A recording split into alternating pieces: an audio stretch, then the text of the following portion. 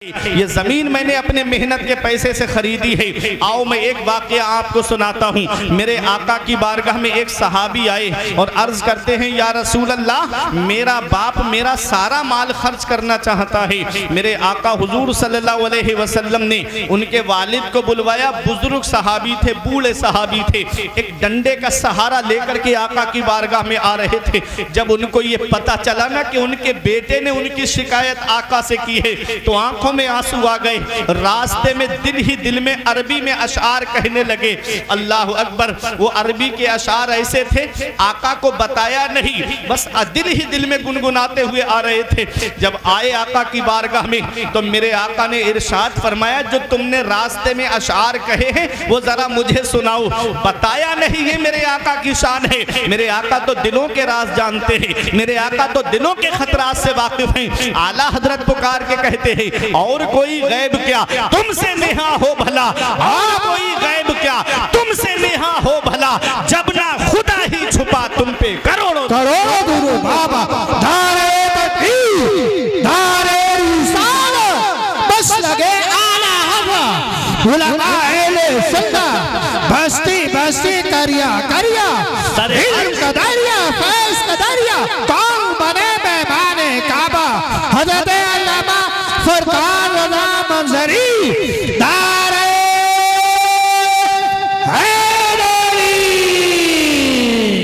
सरे अर्श पर है तेरी गुजर, दिले फर्श पर है तेरी नजर, मलाकूत मुल्क में कोई शय नहीं वो जो तुझ पे आया ना हो। ये तो मेरे आका की शान है। आका तो दिलों के राज जानते हैं। मेरे आका ने फरमाया, वो अशार सुनाओ।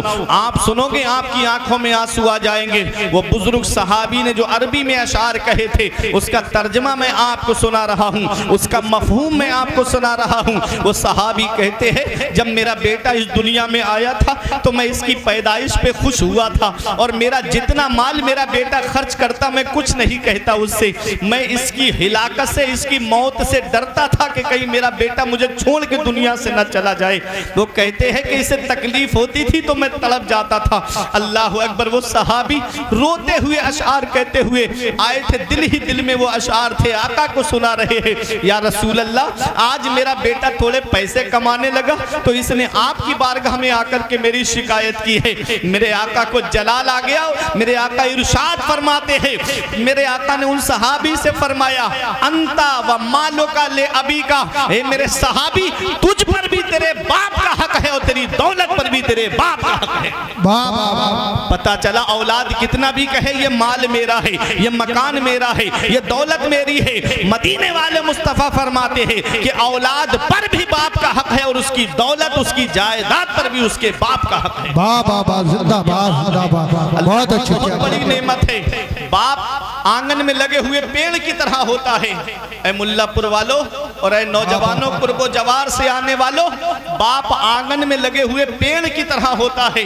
पेड़ देखा है आपने, दरख्त जब शिद्दत की गर्मी पड़ती है, जब धूप पड़ती है, आदमी पेड़ के नीचे कुर्सी डाल के बैठे आराम मिल जाता है, पेड़ के नीचे बैठे उसे सुकून मिल जाता है। हमारे बुजुर्गों ने फरमाया, बाप आंगन में लगे हुए पेड़ की तरह होता है। जिस दिन ये पेड़ आंगन से उखड़ गया, उस दिन धूप भी परेशान करेगी, गरम गरम लू के थपेड़े भी परेशान करेंगे। बाप आंगन में लगे हुए पेड़ की तरह होता है, और बाप ऐसा साया होता है अपनी औलाद के ऊपर। बाप कुछ ना करे, सिर्फ चारपाई पे बैठा रहे, औलाद को सहारा है कि मेरे बाप का मेरे ऊपर हाथ रखा है, मेरे वालिद का साया मेरे ऊपर है। और जिस दिन वो साया सर से उड़ जाता है, उस दिन आदमी चिराग लेके भी ढूंढेगा तो बाप जैसा प्यार करने वाली शख्सियत नहीं मिलेगी, माँ जैसी मोहब्बत करने वाली शख्सियत नहीं मिलेगी। बाप की नाकदरी आज नौजवान कर रहा है, माँ की खिदमत नहीं कर रहा है आज का नौजवान। याद रखना, बाप अल्लाह की कितनी बड़ी नेमत है। ये उनसे पूछो जिनके बेटे बाहर कमाने के लिए गए हैं। बाप को नींद नहीं आती जब तक बेटे से बात करके ये नहीं पूछता कि मेरे लाल तूने खाना खाया कि नहीं खाया है। माँ है कि बार बार फोन करके पूछती, मेरे लाल तेरी तबीयत कैसी है। अगर बेटा बाहर बीमार पड़ जाए तो माँ इधर तड़पने लगती है कि मुझे खाना अच्छा नहीं लगता, पता नहीं मेरे बेटे की तबीयत कैसी है।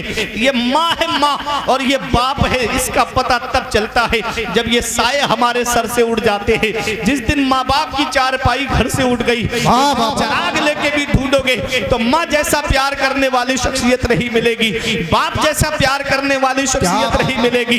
इस वक्त के बारे में तो सोचा भी न था, बेटों से बुढ़ापे में हुई खत्म रसाई, घर बार तो बांट लिए शौक से फुरकान, हिस्से में किसी के मगर माँ नहीं आई, वक्त ठुकरा देगा एक दिन मेरी सारी ये कुर्बानियां, दामने उम्मीद में फकत नाकामयाब रह जाएंगी। शादियों के बाद बेटे तो अलग हो जाएंगे, बाप के हाथों में फकत बैसाखियां रह जाएगी। आका के वसीले से कभी तो नमाज से औलाद माँ ने मांगी थी बंदा नवाज से, अरे अब्बा की आंख का जो चश्मा ना ला सके मैयत पे आ रहे हैं हवाई जहाज से। बाबा नारे तकबीर, नारे तकबीर, नारे रिसालत, बस लगे आला हजरत अल्लामा फरकान रज़ा मंजरी जिंदाबाद। नारे तकबीर, नारे तकबीर, नारे रिसालत, बस लगे आला हजरत शायर इस्लाम अहमदुल फत्ताह, शायर इस्लाम अहमदुल फत्ताह। नारे तकबीर, नारे रिसालत, बस लगे आला हजरत सरजमीने बरेली शरीफ मुल्ला खेड़ा जिंदाबाद।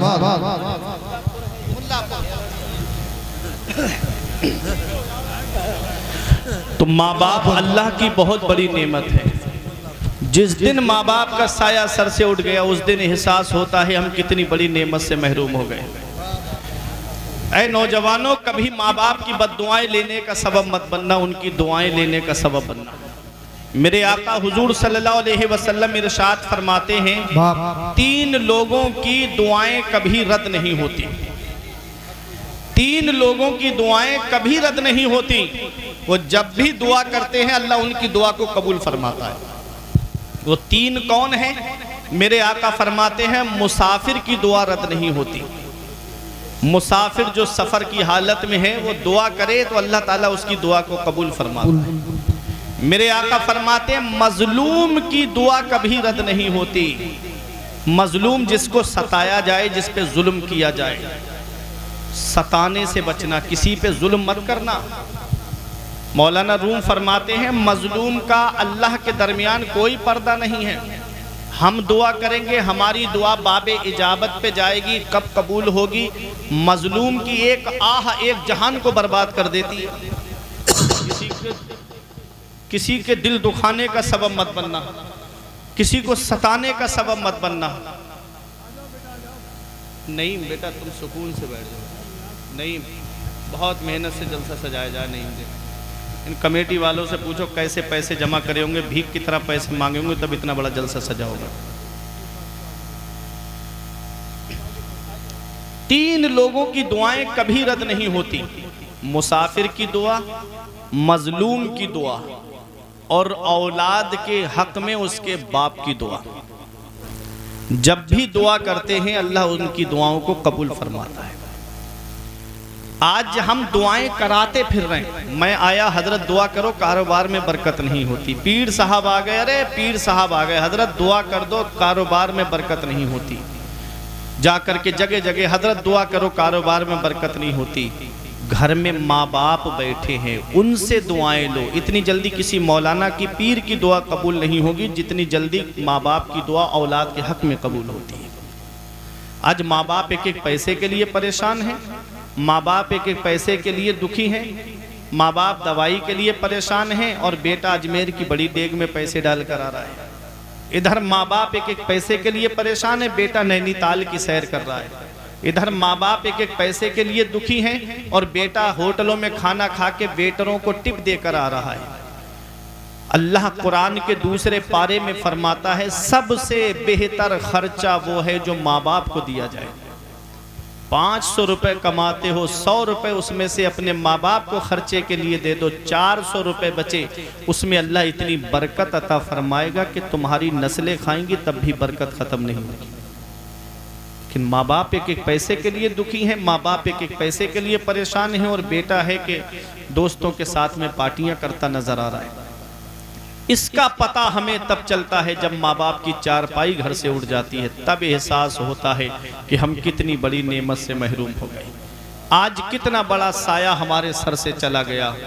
ये बाप क्या है, कभी वालिद के चेहरे की तरफ देख लिया करो नौजवानों, कभी उनकी सफ़ेद दाढ़ी की तरफ देख लिया करो, कभी उनकी पेशानी की सिलवटों की तरफ देख लिया करो, कभी उनके चेहरे की झुर्रियों की तरफ देख लिया करो, कभी उनके हाथों की लकीरों की तरफ देख लिया करो। अरे ये आज जो बेटा कहता ना मेरे बाप ने मेरे लिए किया क्या है, ऐसी सर्दी के आलम में तुम जाकर के देखो रिठौरा कोई अड्डे पे खड़ा है ताकि मैं 4 पैसे कमा लाऊं, मेरे बेटों के खर्चे में काम आएंगे। कोई बरेली कमाने के लिए जा रहा है, कोई दिल्ली कमाने के लिए जा रहा है, कोई मुंबई कमाने के लिए जा रहा है, कोई बेंगलोर कमाने के लिए जा रहा है, अरे कोई 3-3 साल के लिए सऊदी कमाने के लिए जा रहा है।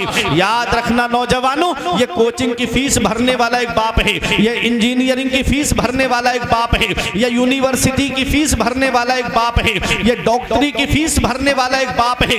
एक बाप क्या नहीं करता अपनी औलाद के लिए, बाप कौन सी कुर्बानी नहीं देता अपनी औलाद के लिए। बाप अल्लाह की बहुत बड़ी नेमत का नाम है, इसका पता तब चलता है जब ये साया हमारे सर से उड़ जाता है। उस दिन हमें एहसास होता है कि हम कितनी बड़ी नेमत से महरूम हो गए हैं। अल्लाह रब्बुल इज्जत का एहसान है कि अल्लाह ने हमको माँ बाप अता फरमाए हैं। अगर माँ बाप जिंदा हैं तो उनकी खिदमत कर लो, और उनका इंतकाल हो गया है तो जुमे के दिन माँ बाप की कब्र की जियारत कर लो। नबी फरमाते हैं जुमे के दिन जो माँ बाप की कब्र की जियारत कर ले, ऐसा बेटा फरमाबरदारों में लिखा जाता है, ऐसा बेटा माँ बाप के साथ में हुस्ने सुलूक करने वालों में लिखा जाता है। वाह वाह वाह, जिंदाबाद। तो ये माँ बाप है, इसका पता हमें तब चलता है जब ये साए हमारे सर से उड़ जाते हैं। अब शबे बारात आ रही है ना, अब आप फेसबुक देखेंगे, इंस्टा को देखेंगे और व्हाट्सएप को देखेंगे तो वो माफी नामे चलने वाले हैं। कुछ दिन में आप देखेंगे माफी नामे चालू हो जाएंगे कि मुझसे कोई गलती हो गई हो तो माफ कर देना, मुझसे कोई खता हो गई हो तो माफ कर देना, मुझसे कोई गलती हो गई हो तो माफ कर देना। इधर बाप नाराज बैठा है, इधर भाई नाराज बैठा है, इधर बहनें नाराज बैठी है, इधर माँ नाराज बैठी है, इधर चचा ताऊ से झगड़ा करके नाराज बैठा हुआ है। याद रखना, और माफी कहाँ मांगी जा रही है? फेसबुक पर। नाराज कहाँ है? घर के अंदर परिवार वाले। माफी इंटरनेट पे मांगी जा रही है, माफी फेसबुक पे मांगी जा रही है, माफी व्हाट्सएप पे मांगी जा रही है। वो जो तुमको पहचानते तक नहीं उनसे माफी मांग रहे हो, जो तुमको जानते तक नहीं उनसे माफी मांग रहे हो, अरे जो तुमको जानते तक नहीं है उनसे माफी मांग रहे हो। माफी अपने वालिद से आकर के मांगो, माफी अपनी माँ से आकर के मांगो, माफी अपने भाई बहनों से आकर के मांगो, अपने चचा ताऊ से आकर के मांगो। जिनके दिल को तुमने दुखाया है वो तुमको माफ करेंगे, अल्लाह तुमको माफ फरमाएगा, वो तुमको माफ करेंगे, मेरा रब तुमको माफ फरमाएगा। याद रखना प्यारे मुसलमानों, माँ बाप अल्लाह की बहुत बड़ी नेमत है, इनको कभी नाराज मत करना, कभी इनको सताने का सबब मत बनना। मौलाना रूम फरमाते हैं पहली मोहब्बत है माँ बाप की जो दुनिया में बदला मांगती है। अगर तुमने अपने माँ बाप के साथ भलाई की तो तुम्हारी औलाद तुम्हारे साथ भलाई करेगी, और अगर तुमने अपने माँ बाप के साथ भलाई नहीं की तो बुढ़ापे में ये उम्मीद लगा के मत बैठना कि तेरी औलाद तेरा सहारा बन जाएगी। इसलिए किसी को सताने का सबब मत बनना, किसी का दिल तोड़ने का सबब मत बनना। मौलाना रूम फरमाते अज हजार काबा यक दिल बेहतरस, दिल बदस्त आबुर के हज्जे अकबरस। किसी मुसलमान का दिल रख लेना ये हज्जे अकबर है, बड़ा वाला हज है, अल्लाह हज्जे अकबर का सवाब अता वाह वाह, सुभान अल्लाह सुभान अल्लाह। नारे तकबीर, नारे रिसालत, बस लगे आला हज़रत, अज़मते वालिदैन, जिंदाबाद जिंदाबाद।